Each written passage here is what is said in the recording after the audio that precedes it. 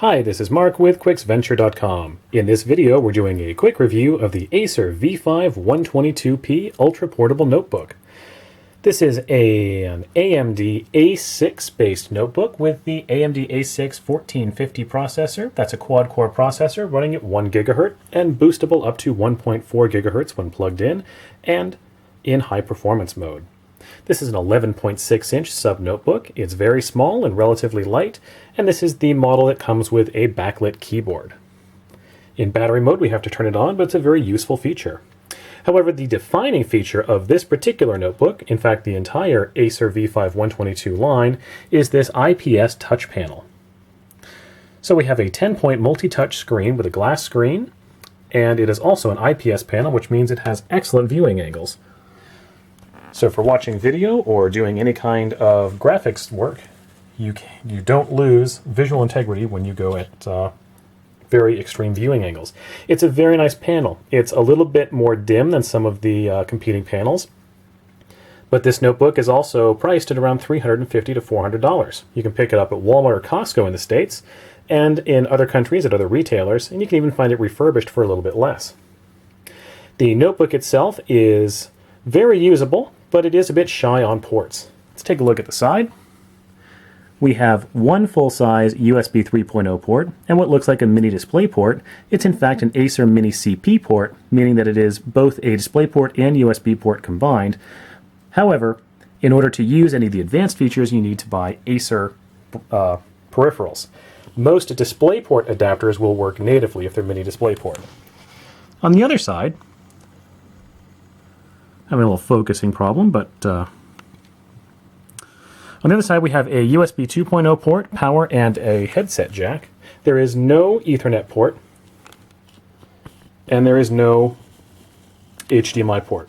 So if you want HDMI output, you'll need to pick up a mini DisplayPort to HDMI adapter.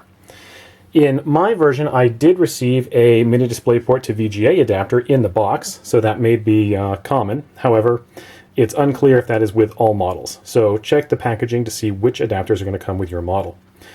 The onboard software from Acer is not too bad. I've actually uninstalled all of it on this notebook, but it comes with a couple of useful tools to keep your laptop up to date and some bloatware that's easily uninstalled.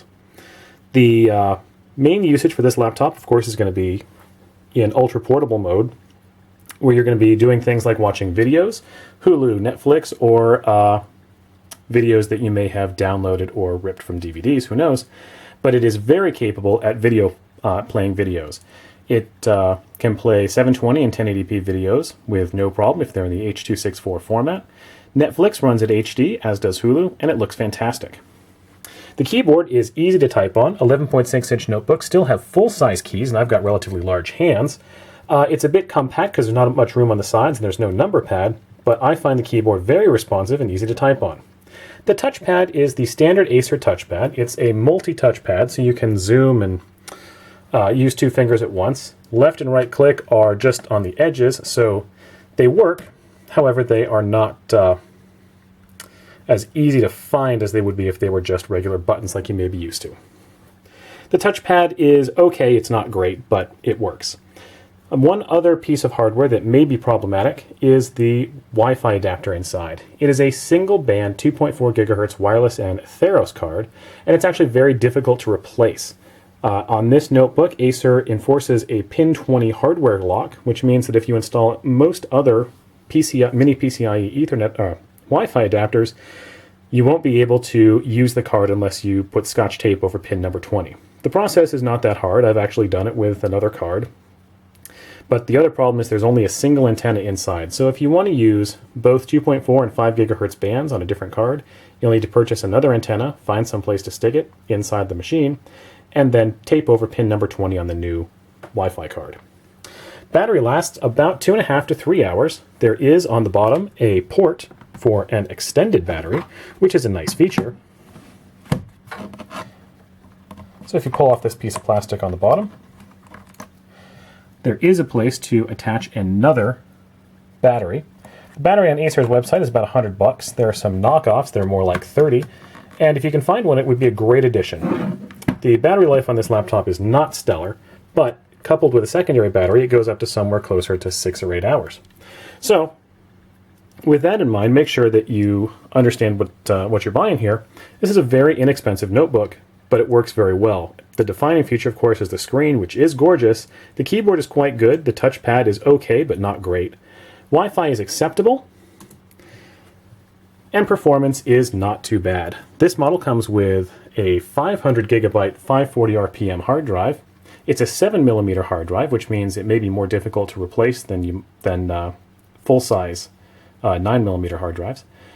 But you can find a 500 gigabyte Seagate hybrid SSD that will fit just fine. In fact, I've got one installed now, and it runs really well. It increases performance a little bit, reduces your boot time, and makes it much faster and more responsive when starting applications.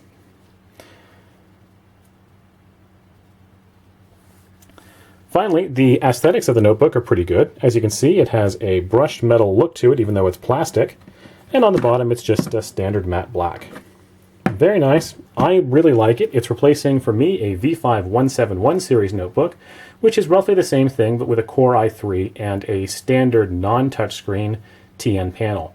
So I chose to purchase this one because it is very similar in terms of performance. The Core i3 processor on the 171 was faster and more responsive, but the A6 is a surprisingly good processor for a sub-notebook, and I really haven't run into a situation where I missed the performance of the Core i3. Memory in this notebook is low voltage DDR3, which means that you'll have to find a DDR3 DIMM that is 1.35 volts instead of 1.5. Standard voltage memory will not work in this notebook. Also, 2 gigabytes are soldered onto the motherboard, and 2 gigabytes or 4 gigabytes, depending on the model, are included in a DIMM. So you may need to purchase a larger DIMM than you might expect, because you may have to throw some of that memory away. Finally, the notebook itself is relatively light. It's heavier than some of the competition, but it is still very portable because of its size. The power switch is on the side, which can be a little bit annoying, and I find myself rarely using the touchscreen, but it is nice when it's there. So it comes highly recommended from QuicksVenture if you're looking for a relatively low power notebook to do work on the go, such as on a train, plane, or even at home sitting on the couch. It's a great device that is easy to use and exactly what it claims to be. And the price is just right. This is Mark with QuicksVenture. Thanks for watching.